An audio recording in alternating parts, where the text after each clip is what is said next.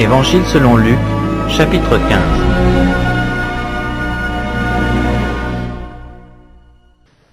Tous les publicains et les gens de mauvaise vie s'approchaient de Jésus pour l'entendre. Et les pharisiens et les scribes murmuraient, disant, « Cet homme accueille des gens de mauvaise vie et mange avec eux. » Mais il leur dit cette parabole. « Quel homme d'entre vous, s'il a 100 brebis et qu'il en perd une, ne laisse les 99 autres dans le désert pour aller après celle qu'il a perdue, jusqu'à ce qu'il la retrouve? Lorsqu'il l'a retrouvée, il la met avec joie sur ses épaules. Et de retour à la maison, il appelle ses amis et ses voisins et leur dit, « Réjouissez-vous avec moi, car j'ai retrouvé ma brebis qui était perdue. » De même, je vous le dis, il y aura plus de joie dans le ciel pour un seul pécheur qui se repent que pour 99 justes qui n'ont pas besoin de repentance. Ou quelle femme, si elle a 10 drachmes et qu'elle en perd une, n'allume une lampe, ne balaie la maison et ne cherche avec soin jusqu'à ce qu'elle la retrouve?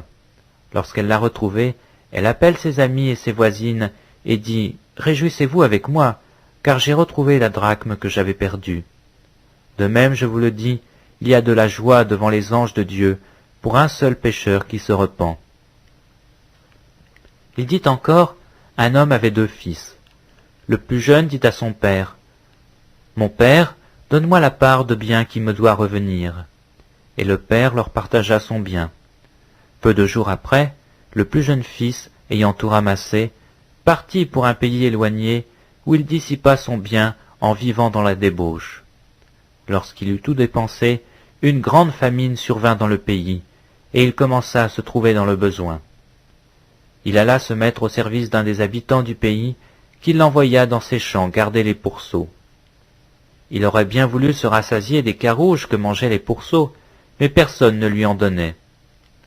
Étant rentré en lui-même, il se dit, « Combien de mercenaires chez mon père ont du pain en abondance, et moi ici je meurs de faim. Je me lèverai, j'irai vers mon père, et je lui dirai, « Mon père, j'ai péché contre le ciel et contre toi. Je ne suis plus digne d'être appelé ton fils. Traite-moi comme l'un de tes mercenaires. » Et il se leva, et il alla vers son père. Comme il était encore loin, son père le vit et fut ému de compassion. Il courut se jeter à son cou et le baisa. Le fils lui dit, « Mon père, j'ai péché contre le ciel et contre toi. Je ne suis plus digne d'être appelé ton fils. » Mais le père dit à ses serviteurs, « Apportez vite la plus belle robe, et l'en revêtez. Mettez-lui un anneau au doigt et des souliers aux pieds. Amenez le veau gras et tuez-le. Mangeons et réjouissons-nous. Car mon fils que voici était mort, et il est revenu à la vie. Il était perdu, et il est retrouvé. » Et ils commencèrent à se réjouir. Or le fils aîné était dans les champs. Lorsqu'il revint et approcha de la maison, il entendit la musique et les danses. Il appela un de ses serviteurs, et lui demanda ce que c'était.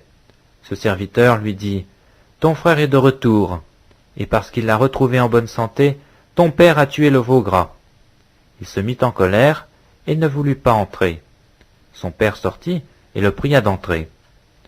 Mais il répondit à son père, « Voici, il y a tant d'années que je te sers, sans avoir jamais transgressé tes ordres, et jamais tu m'as donné un chevreau pour que je me réjouisse avec mes amis.